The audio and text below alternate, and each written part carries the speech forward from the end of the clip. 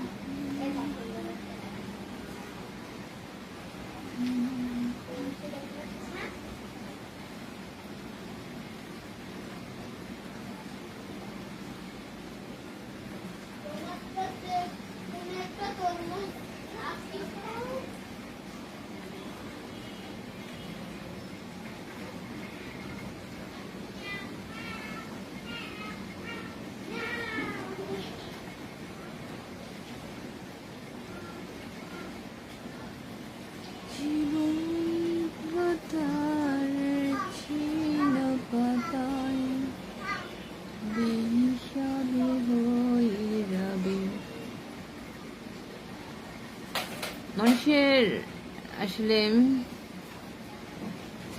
মূল্যটা হচ্ছে প্রয়োজনের। হ্যাঁ, কি ইমামরে